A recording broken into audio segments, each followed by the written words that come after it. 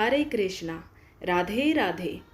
भाद्रपद मास में शुक्ल पक्ष की चतुर्थी तिथि को चंद्र दर्शन निषेध होता है। पौराणिक कथाओं के अनुसार इस दिन जो मनुष्य चंद्र दर्शन करता है उसे झूठा कलंक लग जाता है। ऐसे ही भगवान श्री कृष्ण को चंद्र दर्शन करने में झूठे कलंक का सामना करना पड़ा था। यदि भूलवश चंद्र दर्शन हो जाए तो श्री कृष्ण की इस कथा का श्रवण करना चाहिए। समयंतक मणि कथा। स्त्राजित भगवान सूर्य का बहुत बड़ा भक्त था। वे उसकी भक्ति से प्रसन्न होकर उसके बहुत बड़े मित्र बन गए थे। सूर्य भगवान ने ही प्रसन्न होकर बड़े प्रेम से उसे समयंतक मणि दी थी। स्त्राजित उस मणि को गले में धारण कर ऐसा चमकने लगा मानो स्वयं सूर्य ही हो। जब स्त्राजित द्वारका आया तब अत्यंत तेजस्विता के कारण लोग उसे पहचान ना सके। दूर से ही उसे देखकर लोगों की आंखें उसके तेज से चौंधिया गई। लोगों ने समझा कि कदाचित स्वयं भगवान सूर्य आ रहे हैं। उन लोगों ने भगवान के पास आकर उन्हें इस बात की सूचना दी। उस समय भगवान चौसर खेल रहे थे। अपनी चमकीली किरणों से लोगों के नेत्रों को चौंधियाते हुए प्रचंड रश्मि भगवान सूर्य अपना दर्शन करने आ रहे हैं। सभी श्रेष्ठ देवता त्रिलोकी में आपकी प्राप्ति का मार्ग ढूंढते रहते हैं किंतु उसे पाते नहीं। आज आपको यदुवंश में छिपा हुआ जानकर स्वयं सूर्य नारायण आपका दर्शन करने आ रहे हैं। अनजान पुरुषों की यह बात सुनकर कमलनयन भगवान श्री कृष्ण हंसने लगे। उन्होंने कहा, अरे ये सूर्य देव नहीं है, यह तो स्त्राजित है जो मणि के कारण इतना चमक रहा है। इसके बाद स्त्राजित अपने समृद्ध घर में चला आया। घर पर उसके शुभागमन के उपलक्ष्य में मंगल उत्सव मनाया जा रहा था। उसने ब्राह्मणों द्वारा समयंतक मणि को एक देव मंदिर में स्थापित करा दिया। वह मणि प्रतिदिन 8 भार सोना दिया करती थी और जहाँ वह पूजित होकर रहती थी वहाँ दुर्भिक्ष, महामारी, ग्रह पीड़ा, सर्प भय, मानसिक और शारीरिक व्यथा तथा मायावियों का उपद्रव आदि कोई भी अशुभ नहीं होता था। एक बार भगवान श्री कृष्ण ने स्त्राजित से कहा, तुम अपनी मणि राजा उग्रसेन को दे दो। परंतु वह इतना अर्थ लोभी था कि भगवान की आज्ञा का उल्लंघन होगा इसका कुछ भी विचार न करके उसे अस्वीकार कर दिया। एक दिन स्त्राजित के भाई परसेन ने उस परम प्रकाशमयी मणि को अपने गले में धारण कर लिया और फिर वह घोड़े पर सवार होकर शिकार खेलने वन में चला गया। वहां एक सिंह ने घोड़े सहित परसेन को मार डाला और उस मणि को छीन लिया। वह अभी पर्वत की गुफा में प्रवेश कर ही रहा था कि मणि के लिए ऋक्षराज जामवंत ने उसे मार डाला। उन्होंने वह मणि अपनी गुफा में ले जाकर अपनी पुत्री जामवंती को खेलने के लिए दे दी। अपने भाई परसेन के न लौटने से उसके भाई स्त्राजित को बड़ा दुख हुआ। वह कहने लगा, बहुत संभव है कि श्री कृष्ण ने ही मेरे भाई को मार डाला हो क्योंकि वह मणि गले में डालकर वन में गया था। स्त्राजित की यह बात सुनकर लोग आपस में कानाफूसी करने लगे। जब भगवान श्री कृष्ण ने सुना कि यह कलंक का टीका मेरे सिर लगाया गया है तब वे उसे धो बहाने के उद्देश्य से नगर के कुछ सभ्य पुरुषों को साथ लेकर परसेन को ढूंढने के लिए वन में गए। वहां खोजते खोजते लोगों ने देखा कि घोर जंगल में सिंह ने परसेन और उसके घोड़े को मार डाला है। जब वे लोग सिंह के पैरों का चिन्ह देखते हुए आगे बढ़े तब उन लोगों ने यह भी देखा कि पर्वत पर रीछ ने सिंह को भी मार डाला है। भगवान श्री कृष्ण ने सब लोगों को बाहर ही बिठा दिया और अकेले ही घोर अंधकार से भरी हुई ऋक्षराज की भयंकर गुफा में प्रवेश किया। भगवान ने वहां जाकर देखा कि श्रेष्ठ मणि समयंतक को बच्चों का खिलौना बना दिया गया है। उस गुफा में एक अपरिचित मनुष्य को देखकर धाय भयभीत की भांति चिल्ला उठी। उसकी चिल्लाहट सुनकर परम बली ऋक्षराज जामवान क्रोधित होकर वहां दौड़ आए। जामवान उस समय कुपित हो रहे थे। उन्हें भगवान की महिमा, उनके प्रभाव का पता न चला। उन्होंने एक साधारण मनुष्य समझ लिया और वे अपने स्वामी भगवान श्री कृष्ण से युद्ध करने लगे। जिस प्रकार मांस के लिए दो बाज आपस में लड़ते हैं, वैसे ही विजयाभिलाषी भगवान श्री कृष्ण और जामवान आपस में घमासान युद्ध करने लगे। पहले तो उन्होंने अस्त्र शस्त्रों का प्रहार किया, फिर शिलाओं का, तत्पश्चात वे वृक्ष उखाड़कर एक दूसरे पर फेंकने लगे। अंत में उनमें बाहु युद्ध होने लगा। वज्र प्रहार के समान कठोर घूंसों की चोट से जामवान के शरीर की एक एक गांठ टूट गई। उत्साह जाता रहा, शरीर पसीने से लथपथ हो गया। तब उन्होंने अत्यंत विस्मित चकित होकर भगवान श्री कृष्ण से कहा, प्रभो, मैं जान गया, आप ही समस्त प्राणियों के स्वामी, रक्षक, पुराण पुरुष भगवान विष्णु हैं। आप ही सबके प्राण, इंद्रिय बल, मनोबल और शरीर बल हैं। आप विश्व के रचयिता ब्रह्मा आदि को भी बनाने वाले हैं। बनाए हुए पदार्थों में भी सत्ता रूप से आप ही विराजमान हैं। काल के कितने भी अव्यय हैं, उनके नियामक परम काल आप ही हैं। और शरीर भेद से भिन्न भिन्न प्रतीयमान अंतर आत्माओं के परम आत्मा भी आप ही हैं। प्रभो, मुझे स्मरण है, आपने अपने नेत्रों में तनिक सा क्रोध का भाव लेकर तिरछी दृष्टि से समुद्र की ओर देखा था। उस समय समुद्र के अंदर रहने वाले बड़े बड़े नाग, घड़ियाल और मगरमच्छ क्षुब्ध हो गए थे और समुद्र ने आपको मार्ग दे दिया था। तब आपने उस पर सेतु बांध बनाकर सुंदर यश की स्थापना की तथा लंका का विध्वंस किया था। आपके बाणों से कट कट कर राक्षसों के सिर पृथ्वी पर लौट रहे थे। अवश्य ही आप मेरे वे ही प्रभु श्री राम जी श्री कृष्ण के रूप में आए हैं। जब ऋक्षराज जामवंत ने भगवान को पहचान लिया, तब कमलनयन श्री कृष्ण ने अपने परम कल्याणकारी शीतल कर कमल को उनके शरीर पर फेर दिया और फिर अहेतु की कृपा से भरकर प्रेम गंभीर वाणी से अपने भक्त जामवान जी से कहा, ऋक्षराज, हम मणि के लिए ही तुम्हारी इस गुफा में आए हैं। इस मणि के द्वारा मैं अपने पर लगे झूठे कलंक को मिटाना चाहता हूँ। भगवान के ऐसा कहने पर जामवान बड़े आनंद से उनकी पूजा करने के लिए अपनी कन्या कुमारी जामवंती को मणि के साथ उनके चरणों में समर्पित कर दिया।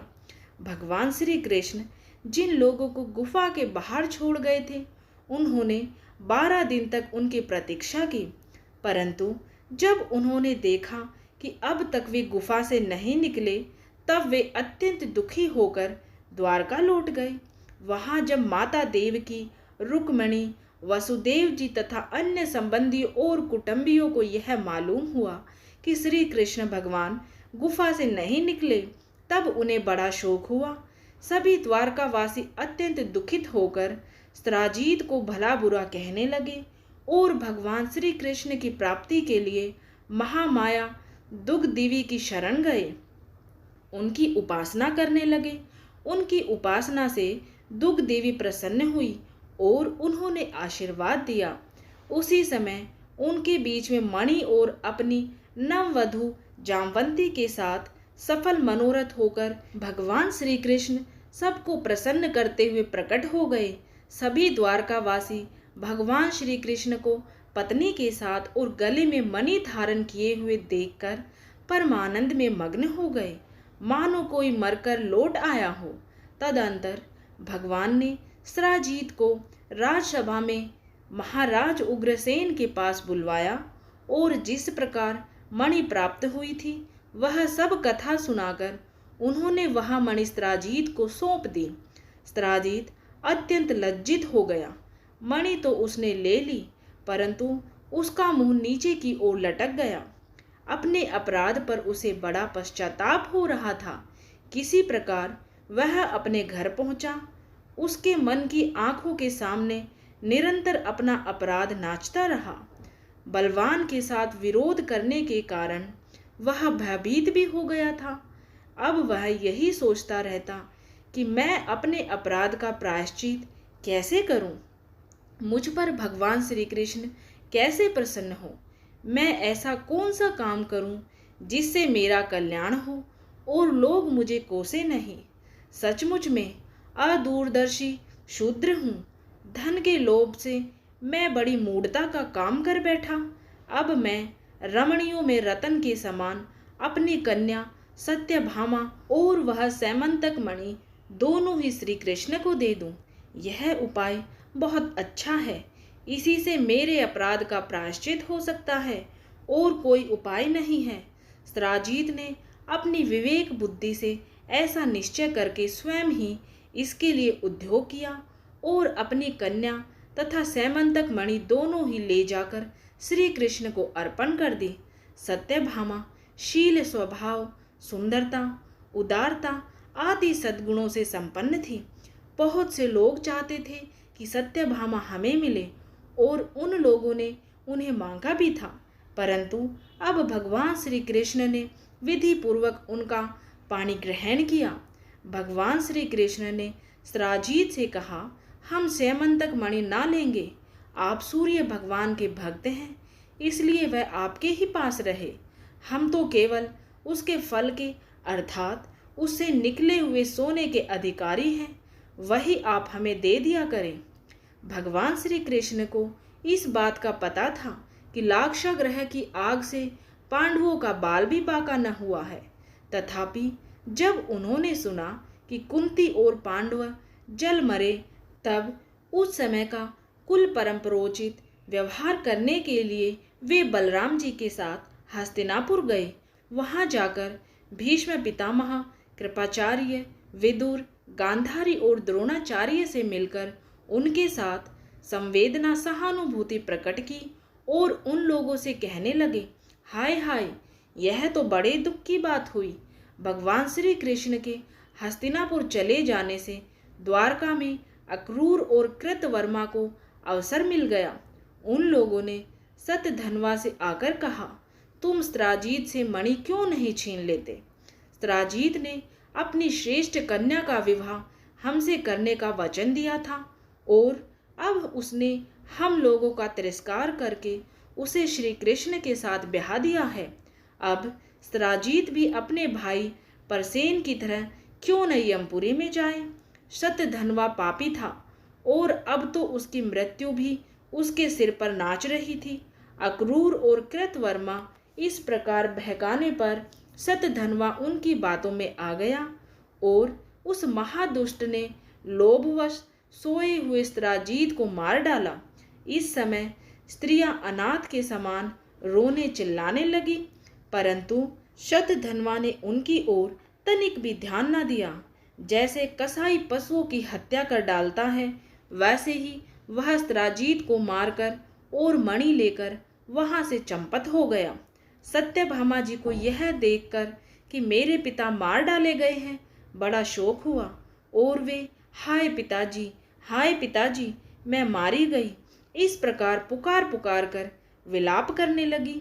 बीच बीच में बेहोश हो जाती और होश में आने पर फिर विलाप करने लगती।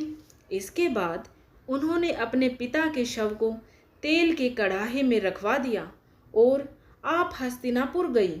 उन्होंने बड़े दुख से भगवान श्री कृष्ण को अपने पिता की हत्या का वृतांत सुनाया। यद्यपि इन बातों को भगवान श्री कृष्ण पहले से ही जानते थे।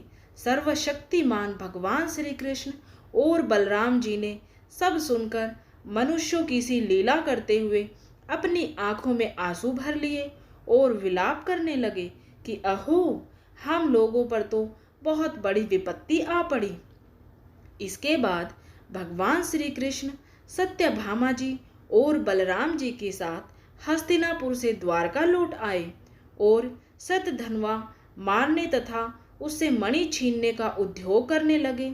जब शतधनवा को यह मालूम हुआ कि भगवान श्री कृष्ण मुझे मारने का उद्योग कर रहे हैं, तब वह बहुत डर गया और अपने प्राण बचाने के लिए उसने कृतवर्मा से सहायता मांगी। तब कृतवर्मा ने कहा, भगवान श्री कृष्ण और बलराम जी सर्वशक्तिमान ईश्वर हैं, मैं उनका सामना नहीं कर सकता। भला ऐसा कौन है जो उनके साथ वैर बांधकर इस लोक और परलोक में सकुशल रह सके। तुम जानते हो कि कंस उन्हीं से द्वेष करने के कारण राज्य लक्ष्मी को खो बैठा और अपने अनुयायियों के साथ मारा गया। जरासंध जैसे शूरवीर को भी उनके सामने 17 बार मैदान में हारकर बिना रथ के ही अपनी राजधानी लौट जाना पड़ा था। जब कृतवर्मा ने उसे इस प्रकार टका सा जवाब दे दिया, तब शतधन्वा ने सहायता के लिए अक्रूर जी से प्रार्थना की। उन्होंने कहा, भाई, ऐसा कौन है जो सर्वशक्तिमान भगवान का बल पौरुष जानकर भी उनसे वैर विरोध ठाने, जो भगवान खेल खेल में ही इस विश्व की रचना, रक्षा और संहार करते हैं तथा जो कब क्या करना चाहते हैं इस बात को माया से मोहित ब्रह्मा आदि विश्व विधाता भी नहीं समझ पाते, जिन्होंने 7 वर्ष की अवस्था में जब वे निरे बालक थे, एक हाथ से ही गिरिराज गोवर्धन को उखाड़ लिया, और जैसे नन्हे नन्हे बच्चे बरसाती छत्ते को उखाड़ हाथ में रख लेते हैं, वैसे ही खेल खेल में 7 दिनों तक उसे उठाए रखा। मैं तो उन भगवान श्री कृष्ण को नमस्कार करता हूँ। उनके कर्म अद्भुत हैं। वे अनंत, अनादि, एक रस और आत्म स्वरूप हैं। मैं उन्हें नमस्कार करता हूँ। जब इस प्रकार अक्रूर जी ने भी उसे कोरा जवाब दे दिया, तब शतधन्वा ने शैमंतक मणि उन्हीं के पास रख दी और आप 400 कोस लगातार चलने वाले घोड़े पर सवार होकर वहां से बड़ी फुर्ती से भागा। भगवान श्री कृष्ण और बलराम दोनों भाई अपने उस रथ पर सवार हुए जिस पर गरुड़ चिन्ह से चिन्हित ध्वजा फहरा रही थी और बड़े वेग वाले घोड़े जुते हुए थे। अब उन्होंने अपने ससुर स्त्राजीत को मारने वाले शतधन्वा का पीछा किया। मिथिलापुरी के निकट एक उपवन में शतधन्वा का घोड़ा गिर पड़ा। अब वह उसे छोड़कर पैदल ही भागा। वह अत्यंत भयभीत हो गया था। भगवान श्री कृष्ण भी क्रोध करके उसके पीछे दौड़े।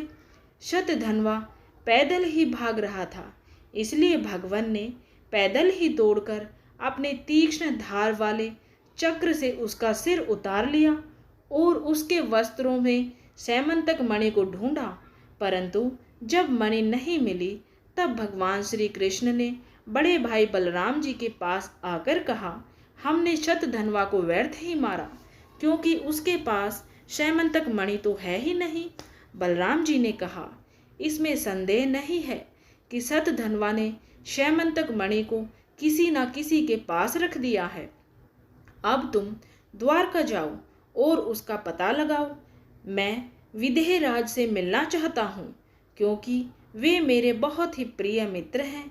यह कहकर यदुवंश शिरोमणि बलराम जी मिथिला नगरी में चले गए। जब मिथिला नरेश ने देखा कि पूजनीय बलराम जी महाराज पधारे हैं, तब उनका हृदय आनंद से भर गया।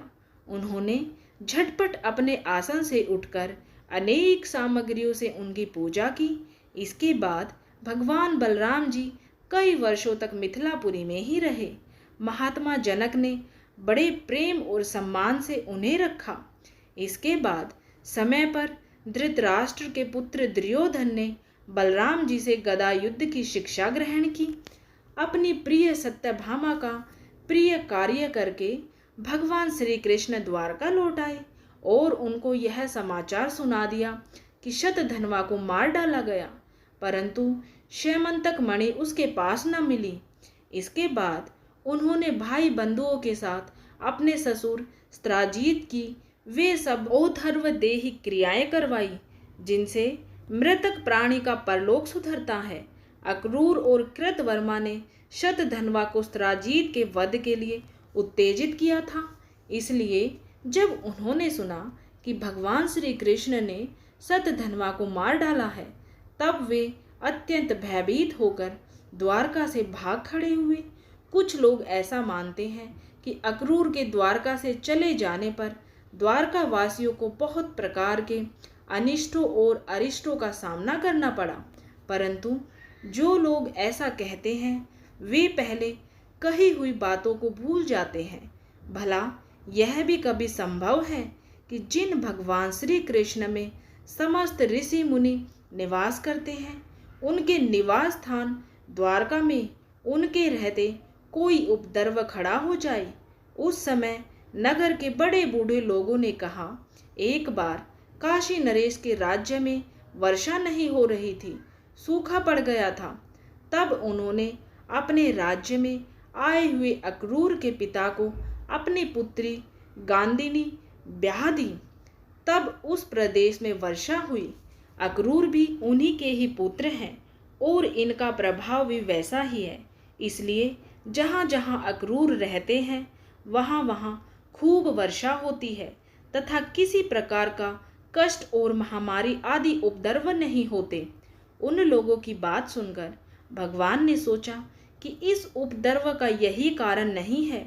यह जानकर भी भगवान ने दूत भेजकर अक्रूर को ढूंढवाया और आने पर उनसे बातचीत की। भगवान ने उनका खूब स्वागत सत्कार किया और मीठी मीठी प्रेम की बातें कहकर उनसे संभाषण किया। भगवान सबके चित्त का एक एक संकल्प देखते रहते हैं, इसलिए उन्होंने मुस्कुराते हुए अक्रूर से कहा, चाचा जी, आप दान धर्म के पालक हैं। हमें यह बात पहले से ही मालूम है कि शतधन्वा आपके पास वह शैमंतक मणि छोड़ गया है, जो बड़ी ही प्रकाशमान और धन देने वाली है।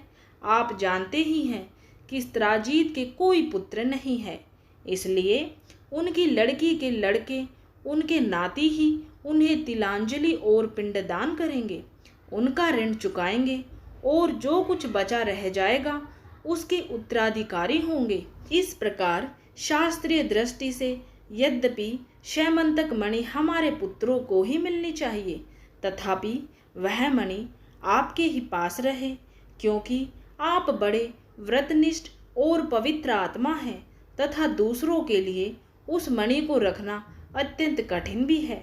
परंतु हमारे सामने एक बहुत बड़ी कठिनाई यह आ गई कि हमारे बड़े भाई बलराम जी मणि के संबंध में मेरी बात का पूरा विश्वास नहीं करते। इसलिए महाभाग्यवान अक्रूर जी, आप वह मणि दिखाकर हमारे इष्ट मित्र बलराम जी, सत्यभामा और जामवंती का संदेह दूर कर दीजिए और उनके हृदय में शांति का संचार कीजिए। हमें पता है कि उसी मणि के प्रताप से आजकल आप लगातार ही ऐसे यज्ञ करते रहते हैं जिसमें सोने की वेदियां बनती हैं। जब भगवान श्री कृष्ण ने इस प्रकार सांत्वना देकर उन्हें समझाया बुझाया, तब अक्रूर जी ने वस्त्र में लपेटी हुई सूर्य के समान प्रकाशमान वह मणि निकाली और भगवान श्री कृष्ण को दे दी। भगवान श्री कृष्ण ने वह शैमंतक मणि अपने जाति भाइयों को दिखाकर अपना कलंक दूर कर दिया और उसे अपने पास रखने में समर्थ होने पर भी पुनः अक्रूर जी को लौटा दिया।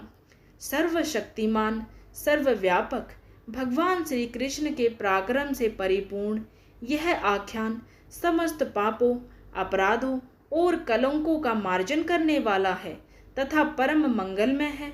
जो इसे पढ़ता, सुनता अथवा स्मरण करता है, वह हर प्रकार की अपकीर्ति और पापों से छूटकर शांति का अनुभव करता है। बोलिए श्री कृष्ण भगवान की जय। जय श्री कृष्ण। राधे राधे।